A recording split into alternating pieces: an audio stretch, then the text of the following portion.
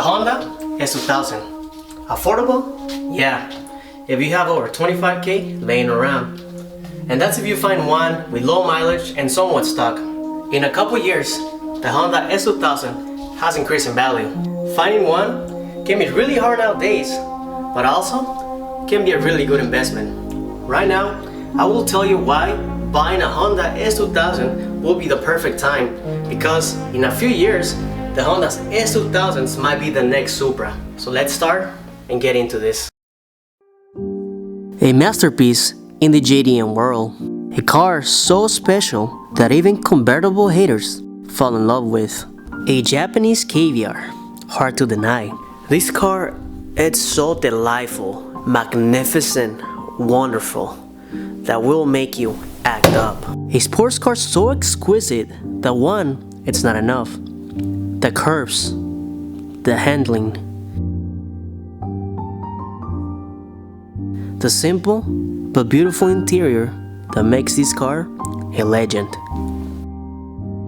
When I tell you that right now it's the perfect time to buy an S2000, it's because I'm talking straight up facts.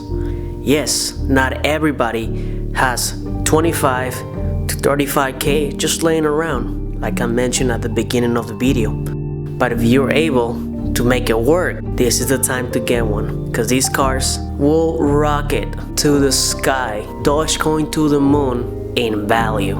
And a lot of people also ask, why is the S2000 so special? And I'm gonna tell you why.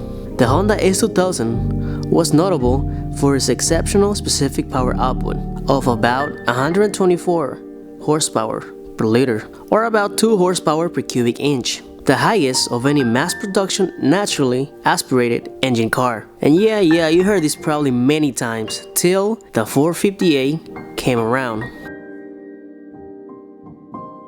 The S2K was made from 1999 to 2009, and it was first shown as a concept car at the Tokyo Motor Show in 1995. The production version launched on April 15, 1999 to celebrate the company's 50th anniversary. The AP1 was the first version of the S2000, and then the AP2 came out. And there's a lot of fanboys out there, S2K fanboys let's specify, that argue a lot about who's the best S2000. And to be honest, it doesn't matter if it's an AP1 or an AP2. Both cars are amazing on their own thing. Now, let me tell you why the Honda S2000 to this day, still regarded as one of the best sports cars you can buy.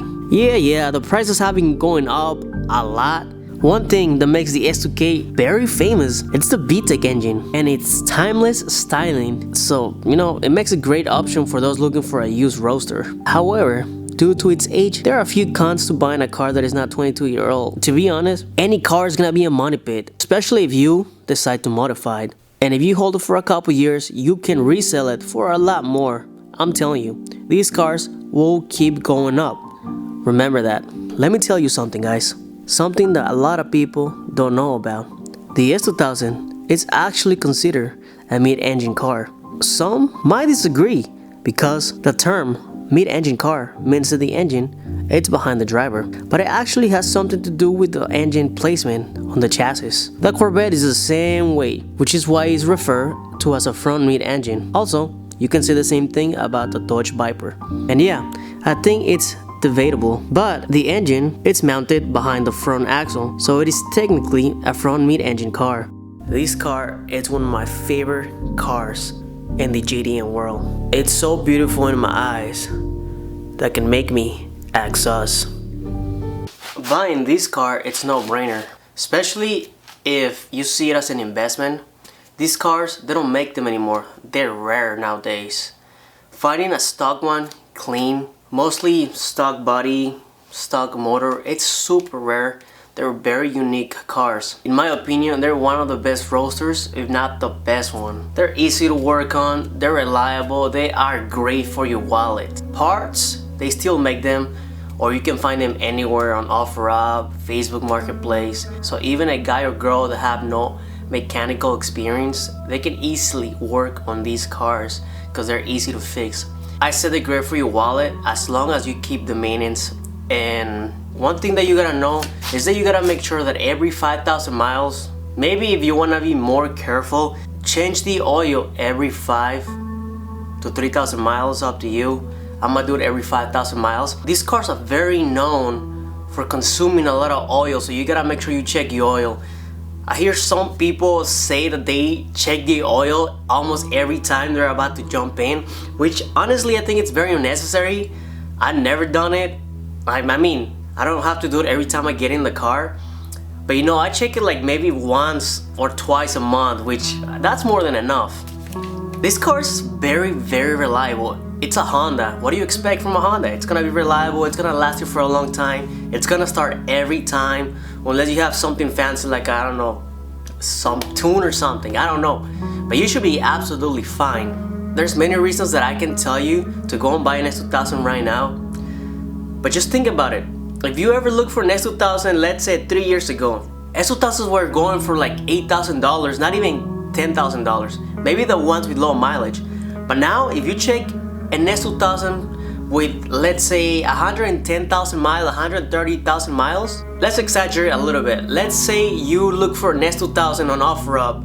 It's used, 3 owners, 160,000 miles. This car for sure is gonna cost you over $15,000 to $18,000. But there are some people that are selling cars with 160,000 miles for like 30K, and people still buy them because this is such an iconic, legendary, rare car. And I'm telling you, get one while you can, because if you wait, the longer you wait, the expensive they're gonna get. I'm just telling you, buy one. It's just like the Supras.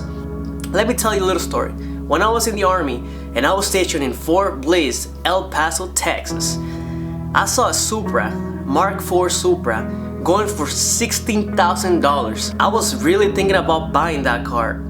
And I regret it to this day that I didn't buy it. But you know, I was a little bit younger. I was thinking about my military shit. It was 2014, so I had other plans in my mind. And instead of buying a Supra for $60,000, I ended up buying a 2011 Jetta, which it was a big mistake that I still regret to this day.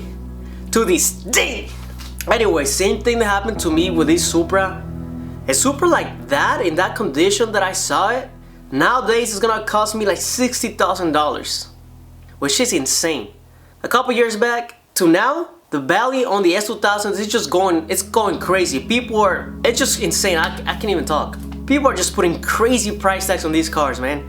I mean, I get it. It's a beautiful car, but people are just trying to take advantage of the situation. Just told you guys many reasons why you should buy one. Gave you a beautiful explanation on why you should buy an S2000 now before it's too late. I hope you guys got something out of this video. Make sure you guys subscribe. Comment what do you guys think. Is it worth it or not? You guys think it's gonna be the next Supra? And see you guys in the next one.